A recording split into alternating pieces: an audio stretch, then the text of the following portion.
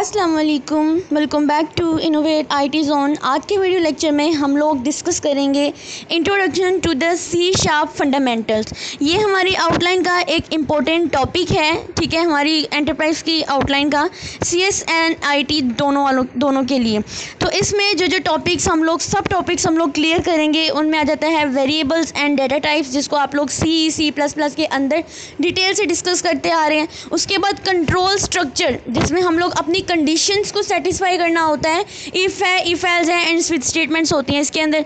उसके अलावा हमारे पास लूप्स आ जाते हैं, जिसमें हम लोग for loop, while and do while, जिनमें सबसे ज़्यादा कॉमन हमारे पास फॉर लूप यूज़ होती है।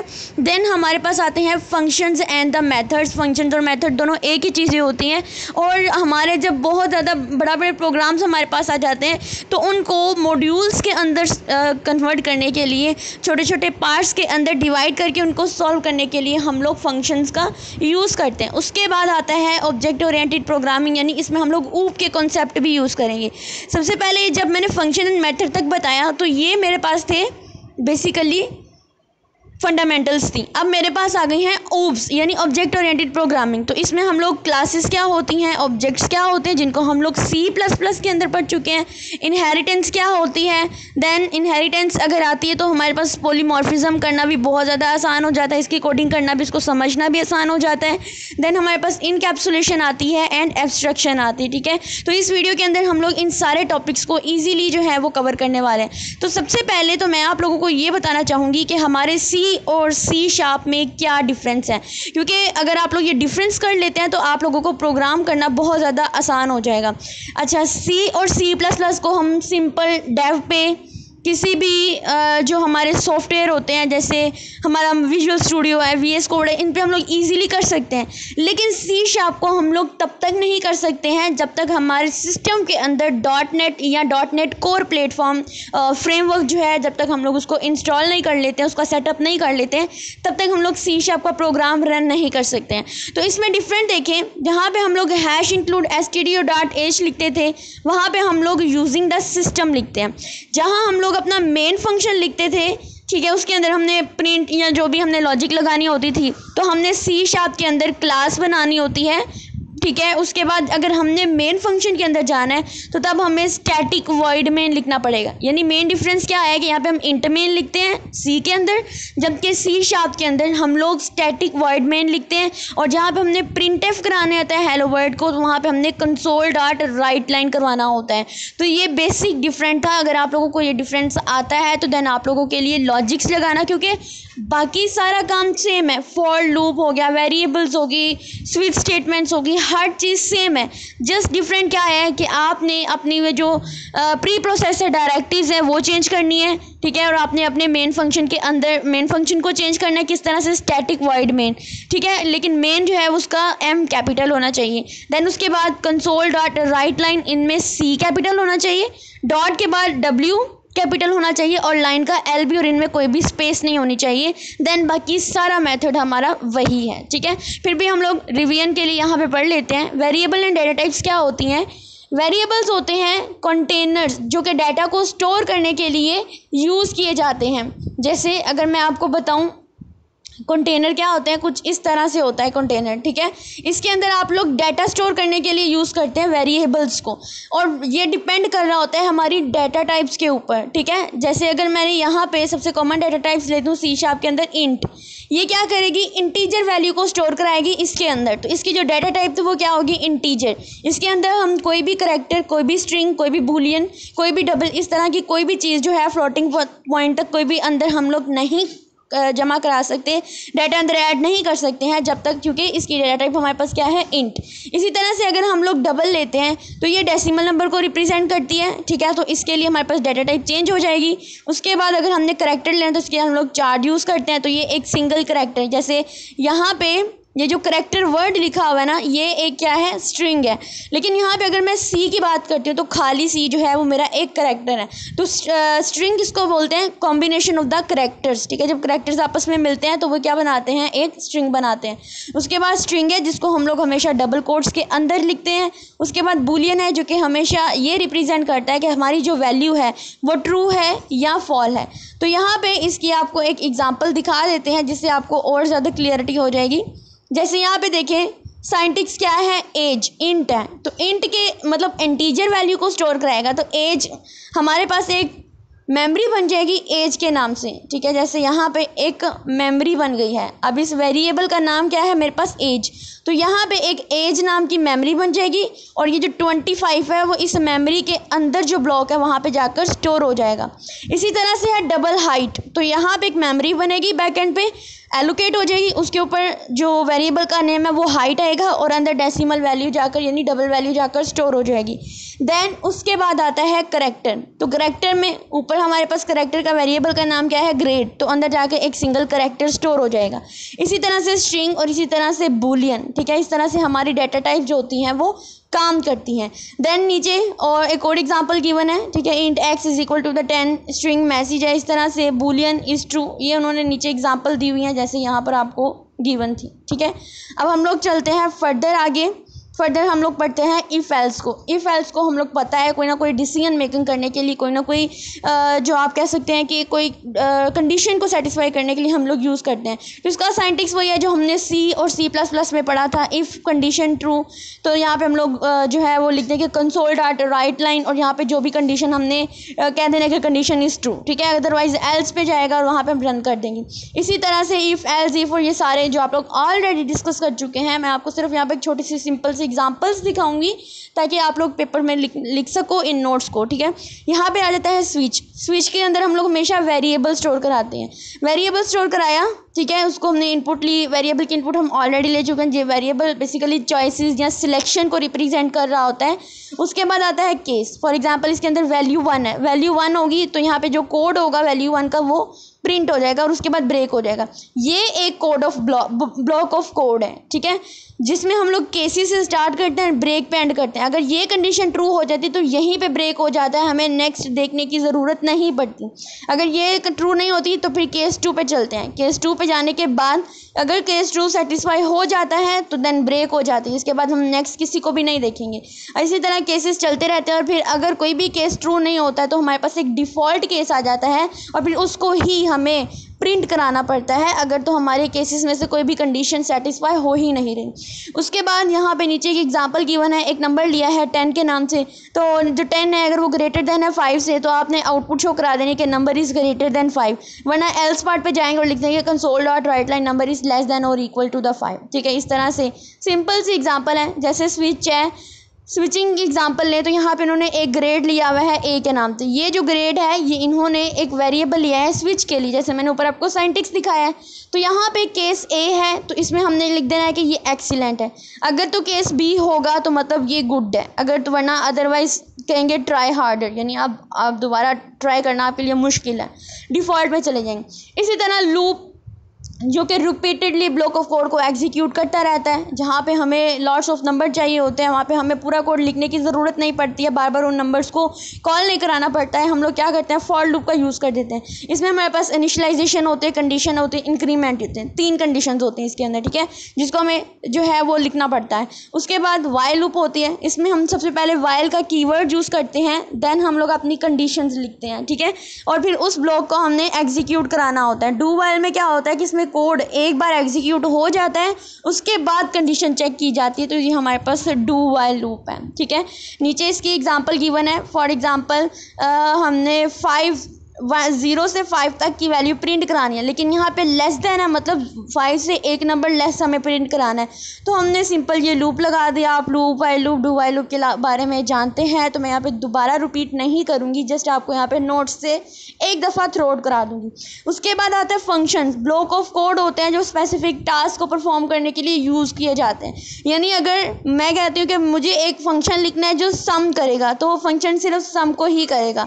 इसका साइंटिक्स क्या होता है कि यहाँ पे रिटर्न टाइप होती है, उसके बाद फंक्शन का नेम होता है और फिर इसके अंदर पैरामीटर्स होते हैं और फिर ये कोड जो है वो एग्जीक्यूट हो जाता है, ठीक है। जैसे यहाँ पर एग्जांपल देखें कि अगर 2 नंबर का सम चाहिए तो उसके लिए फंक्शन का यूज़ करें, तो यहाँ पे इंट ऐड लिखेंगे, ऐड के नाम से फंक्शन बनाया, ये रिटर्न टाइप है। फिर इंट ए और बी, ये 2 पैरामीटर्स लिए हैं, अब इन दोनों पैरामीटर्स को ऐड करेंगे तो a + b हो जाएगा और फिर यहाँ पे int result is equal to, ये उन्होंने अब मेन के अंदर जाकर जो भी फंक्शन है उसकी कॉलिंग कराई हुई है, ठीक है। उसके बाद हमारे पास अब हम लोग डिस्कस करेंगे ऑब्जेक्ट ओरिएंटेड प्रोग्रामिंग के बारे में, जो हम लोग सी शार्प के अंदर पढ़ेंगे। अब ये जो हमने सी प्लस प्लस के अंदर पढ़ी थी और हमने जो जावा के अंदर पढ़ी थी, ये सेम वही है, सिर्फ इसका साइंटिक्स चेंज है। तो मैं आपको सिर्फ इसकी नाउ हाउ ही कराऊंगी। OOP is a programming paradigm, ठीक है, that is based on the concept of the object. OOP एक ऑब्जेक्ट ओरिएंटेड प्रोग्रामिंग है, जो कि उसके नाम से ही जाहिर है कि ये ऑब्जेक्ट बेस्ड होती है। इसमें हम लोग एक क्लास का यूनिट बनाते हैं और इसको हम लोग ऑब्जेक्ट जो होते हैं उसको कॉलिंग कराते हैं। ओप के 4 प्रिंसिपल होते हैं या 4 पिलर्स भी बोलते हैं, जिसमें एक होता है इनकैप्सुलेशन, एक होता है एब्स्ट्रैक्शन, एक होता है इनहेरिटेंस एंड एक होता है पॉलीमॉर्फिज्म। तो हम लोग इनको बारी बारी जो है वो डिस्कस कर लेते हैं इस वीडियो के अंदर। तो सबसे पहले क्लासेस एंड ऑब्जेक्ट क्या होता है। क्लास एक ब्लूप्रिंट होता है, एक इंस्टेंस होता है, कोई ना कोई एक आप कह सकते हैं कोई स्केच बोर्ड होता है, जो कोई हमारे जो भी ऑब्जेक्ट होते हैं, जो भी क्लास होती है, जो भी यूनिट होता है, उसकी प्रॉपर्टीज़ को या उसके मेथड्स को डिफ़ाइन करती है। और वो उस क्लास का जो इंस्टेंस होता है उसको हम बोलते हैं ऑब्जेक्ट, ठीक है। जैसे यहाँ पे एक क्लास कार है, तो कार क्लास में यहाँ पर एक एग्जांपल देते हैं। एक मैंने क्लास बनाई है कार के नाम से, यानी क्लास जो है कार के अब स्केच को रिप्रेजेंट करेगी।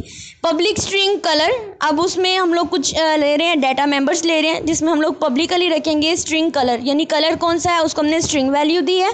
उसके बाद वॉइड ड्राइव, ठीक है, और हमने एक फंक्शन लिया है जो कि ड्राइव के नाम से, क्लास को ड्राइव करना। तो कंसोल डॉट राइट आउटपुट में हम क्या लिखेंगे, कार इज़ ड्राइविंग। अब ये तो बन गई क्लास। अब मुझे चाहिए इसका ऑब्जेक्ट। इसका ऑब्जेक्ट हम लोग मेन फंक्शन के अंदर बनाते हैं। तो यहाँ पे आपको लिखना पड़ेगा स्टैटिक वॉइड मेन, ठीक है, लेकिन उसके मैंने लिखा नहीं क्योंकि मैं आपको डायरेक्ट ऑब्जेक्ट बता दूंगी। ये पार्ट मेरा क्लास का है। उसके बाद हम मेन फंक्शन बनाएंगे, मेन के अंदर हम लोग क्लास का ऑब्जेक्ट लिखेंगे। तो यहाँ पर कार लिया क्लास का नेम और इसका हमने ऑब्जेक्ट बना दिया माई कार के नाम से।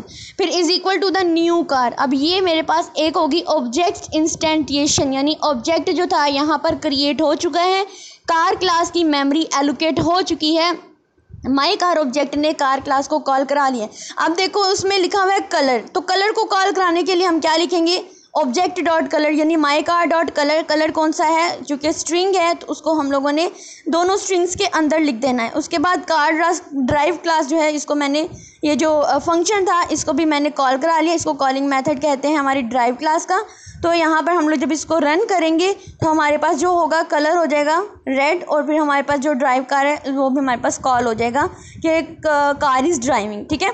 उसके बाद यहाँ पर एक और एग्जांपल है कार, जिसमें उन्होंने जो डाटा मेंबर्स लिए हुए हैं 2 लिए हुए हैं। एक उन्होंने लिया हुआ है स्ट्रिंग मेक के नाम से और एक लिया हुआ है स्ट्रिंग मॉडल के नाम से। तो यहाँ पे जो डिस्प्ले इन्फो में है कि console dot right line make plus make जो मतलब कब बनी थी कार और इसका मॉडल क्या है। अब देखो जब मैं करती थी अपने जावा के प्रोग्राम, तो वहाँ पर जब मुझे किसी वेरिएबल्स को, किसी डाटा मेंबर्स को जो है वो अपने आउटपुट के अंदर लाना होता था, तो मैं यहाँ पे प्लस इस तरह करके उसको कॉल कराती थी, ठीक है, उसको लिखा। यानी अब मेक के बाद कार कब बनी तब हमारे पास यहाँ पे प्रिंट हो जाएगा। ये जो स्ट्रिंग के अंदर गिवन है ये एक मैसेज होता है और ये चीज़ जो है ये मेरी आउटपुट डिस्प्ले कराएगी, यानी मेक कब बनी और फिर मॉडल जो है ये भी एक स्ट्रिंग के अंदर मैसेज लिखा हुआ है, और कब बनी ये मॉडल जो है ये प्लस मॉडल के साथ जो है ये ऊपर वाले से यहाँ पर नीचे इसको हम लोग इसको कॉल कराएंगे आउटपुट में।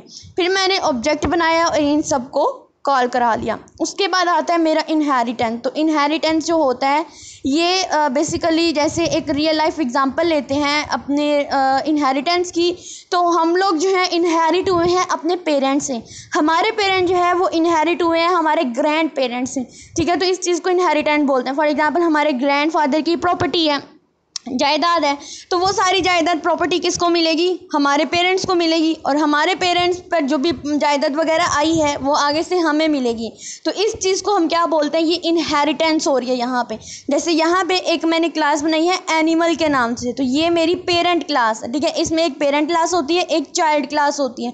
तो ये पेरेंट क्लास है, अंदर मैंने उसका जो है वो लिख दिया है जो भी इसकी आउटपुट मैंने डिस्प्ले करानी है। फिर मैंने एनिमल एक पेरेंट है और इसके मैंने एक चाइल्ड क्लास बनाई है, क्लास क्लास डॉग के नाम से, ठीक है। अब इस एनिमल को अगर मैं यहाँ से निकाल दूँ तो मैं यहाँ पे क्लास डॉग बना रही हूँ, तो जब मैंने इसको इनहेरिट करना है तो यहाँ पर मैं एक कॉलन लूँगी और इस एनिमल वाले को यहाँ पर कॉल करा लूँगी, ठीक है। तो इस तरह से हमारा इनहेरिटेंस होता है, जो हमने C++ दोनों के अंदर, C++ के अंदर और जावा के अंदर इनहेरिटेंस पढ़ा था, तो यहाँ पर भी सेम वही मेथड यूज़ होता है, ठीक है। इसके बाद हमने क्या करना है कि जो चाइल्ड क्लास होती है उसका हम लोग ऑब्जेक्ट बनाते हैं। हमने पेरेंट क्लास का ऑब्जेक्ट नहीं बनाते, हम लोग चाइल्ड क्लास का ऑब्जेक्ट बनाते हैं। उसके बाद हम सबको कॉल करा लेते हैं, ठीक है, जितने भी फंक्शंस होते हैं। उसके बाद हमारा आता है पॉलीमॉर्फिज्म। अब ये वो मेथड होता है जो same name but behave differently based on the object that call them. यानी इसमें हमारे पास नेम तो सेम होता है क्लास का, जो मेथड्स होते हैं वो तो सेम होते हैं, लेकिन इनकी फंक्शनैलिटी चेंज हो सकती है। जैसे मैंने यहाँ पे, इसमें हमारे पास एक होता है कंपाइल टाइम पॉलीमॉर्फिज्म होता है, एक होता है रन टाइम, एक होता है मेथड ओवरलोडिंग, एक होता है मेथड ओवरराइडिंग। जो ओवरलोडिंग होता है इसमें क्या होता है कि देखो, जैसे यहाँ पर एक क्लास है कैलकुलेटर के नाम से, तो इसमें मैंने एक एडिशन का जो है वो बना दिया फंक्शन, ठीक है। अब नीचे मैंने क्या किया, यहाँ पर पब्लिक डबल, यानी मैंने ये एक क्लास बना ली, उसके फंक्शन बना लिए। ये मेरे पास क्या होगी, मेथड ओवरलोडिंग। यानी इन दोनों के नाम तो सेम है, लेकिन इनके पैरामीटर्स चेंज हो सकते हैं, इनकी फंक्शनैलिटी चेंज हो सकती है। देखो, जैसे कैलकुलेटर क्लास है ना, इसके अंदर मैंने दो मेथड्स लिए हैं। मेथड्स किसको बोलते हैं, फंक्शंस को। एक मेरे पास ये मेथड है, इसमें मेरे पास देखो एडिशन के नाम से फंक्शन बनाया है, लेकिन इसके पैरामीटर्स में एक इंटीजर टाइप के हैं। लेकिन जब मैंने इसी क्लास के अंदर दूसरा मेथड लिया, तो यहाँ पर देखें, दूसरा फंक्शन लिया तो उसमें उसका नाम तो सेम था, ठीक है, ऐड ही था, लेकिन उसके जो पैरामीटर थे अब वो डबल वैल्यू में, यानी स्ट्रिंग वैल्यू में चले गए मेरे पास। इसी तरह से हमारा मेथड ओवरलोडिंग काम करता है, ओवरलोड हो जाता है। नेम सेम होते हैं लेकिन उसके पैरामीटर्स डिफरेंट हो सकते हैं।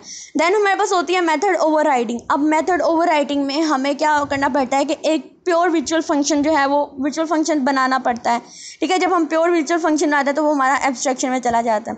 तो यहाँ पे मैंने एक पब्लिक वर्चुअली वर्ड साउंड के नाम से एक मैंने फंक्शन बनाया और इस फंक्शन को मैंने वर्चुअल कर दिया, ठीक है। यहाँ पे मैंने वर्चुअल का कीवर्ड यूज़ कर दिया।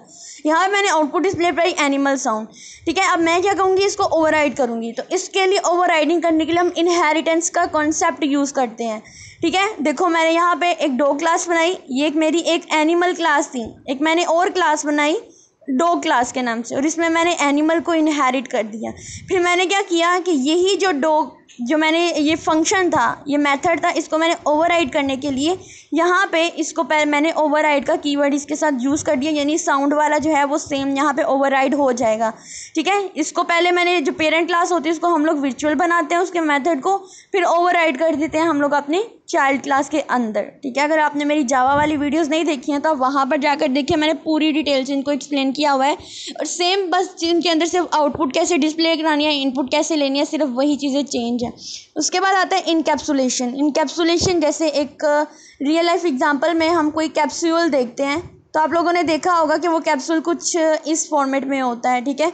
इसका आधा पार्ट जो होता है वो किसी और कलर का होता है। फॉर एग्जांपल ये रेड कलर का मेरे पास इसका आधा पार्ट है, ठीक है, जबकि बाकी जो है वो वाइट है। तो इसको इनकैप्सुलेट कैसे कहते हैं कि इसके अंदर उन्होंने दवाई भरी होती है, मेडिसिन भरी होती है, वो बाहर नज़र नहीं आती, हम लोग कैप्सूल ही खा जाते हैं।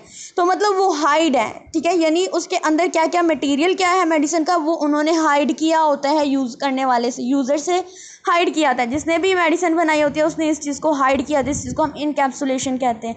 जैसे यहाँ पे एक क्लास है पर्सन के नाम से, तो मैं उसका नेम हाइड करना चाहती हूँ दूसरे यूज़र से, तो मैं यहाँ पे प्राइवेट मेंबर डाटा मेंबर लूँगी, ठीक है, और पब्लिकली क्या करूँगी, उसको सेटर मेंबर फंक्शन या गेटर मेंबर फंक्शन से उसको मैं जो है वो कॉल करा लूँगी, जो एक्सेसिबल हो जाएगा, ठीक है।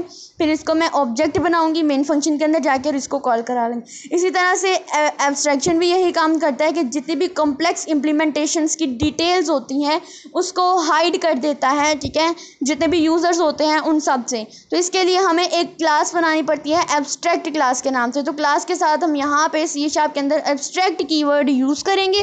जब मैं उसका कोई भी मेथड बनाऊँगी तो तब भी मैं उसका नाम एब्स्ट्रैक्ट ही लगूँगी, पब्लिक एब्स्ट्रैक्ट करूँगी, ठीक है। देन उसके बाद हम लोग इसको इस तरह से कॉल करा लेंगे। तो ये था आज का हमारा lecture. Related to the C sharp और उसकी फंडामेंटल से इससे रिलेटेड कोई भी क्वेश्चन हो आप मुझे कमेंट सेक्शन में ज़रूर पूछें। बाय द वे ये नोट्स जब कंप्लीट होंगे मैं एक ही बार में इसको गूगल ड्राइव में डाल दूँगी, बार बार मुझे ईमेल मत करें। आप लोगों का बहुत शुक्रिया, थैंक यू।